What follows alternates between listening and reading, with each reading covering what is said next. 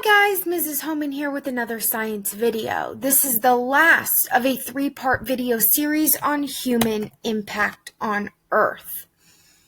We already went over natural resources and human impact on land and human impact on water, so if you haven't watched those videos, please go back and watch them first.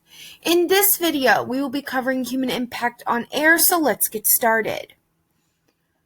The atmosphere provides oxygen and carbon dioxide for plants and animals to breathe, absorbs harmful energy from the sun, and keeps Earth warm enough to support life by holding in heat energy from the sun.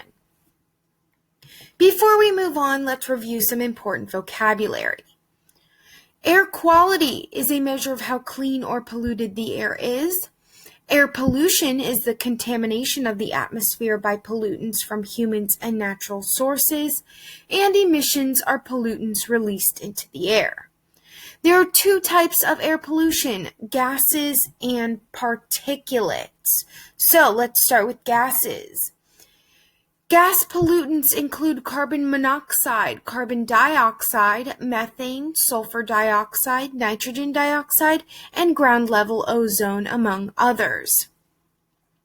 Some occur naturally, of course. Plants need carbon dioxide to make glucose, but are considered pollutants when they are likely to cause harm or when the ratios of these gases in the atmosphere get too high. Acid rain is precipitation that is more acidic than usual. We discussed it as it related to water pollution in the human impact on water video.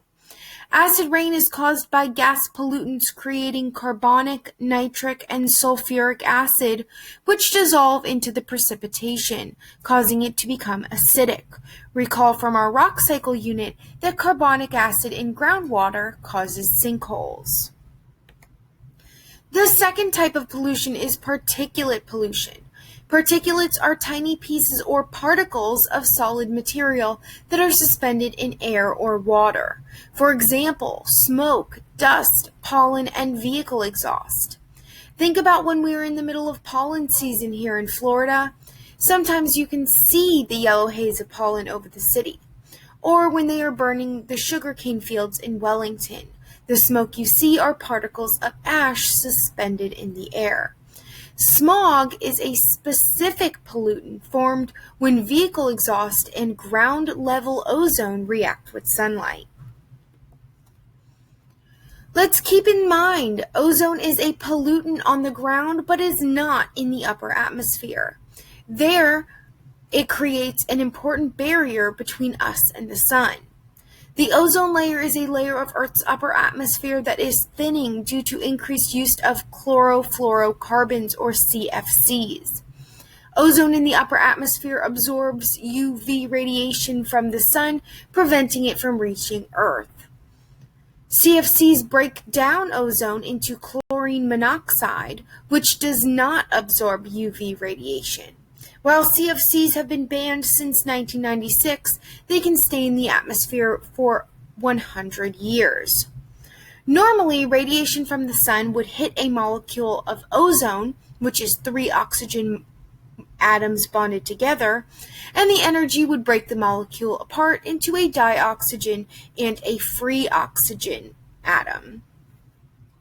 Eventually, these would collide and reform into ozone. However, CFCs result in free chlorine atoms in the upper atmosphere, which are extremely unstable and bond with the free oxygen atoms, blocking the creation of ozone. Again, unlike ozone, this does not absorb the radiation from the sun and it allows it to reach Earth's surface. The area that is filled with these chlorine-bonded oxygens is referred to as the hole in the ozone layer. Air pollution is a main contributor to climate change. Burning fossil fuels releases greenhouse gases such as carbon dioxide into the atmosphere. These hold in energy from the sun, and this increased energy leads to higher average temperatures on Earth's surface. Combine that with the hole in the ozone layer, allowing more of that high energy radiation from the sun to reach Earth's surface, we are causing the Earth to warm at an alarming rate. Additionally, these higher average temperatures lead to sea level rise, shrinking ice sheets, increased number of extreme weather events, warming ocean, and changes in precipitation patterns, among many, many more. So, how can we preserve our air resources? First, energy conservation. Conserving energy will cause less fossil fuels to be burned. Less fossil fuels being burned means less of all those nasty pollutants being released into the air, and may allow plants to catch up. Second, technology. Advances in technology help to develop ways to generate energy without pollution and control emissions, blocking those pollutants from being released to begin with.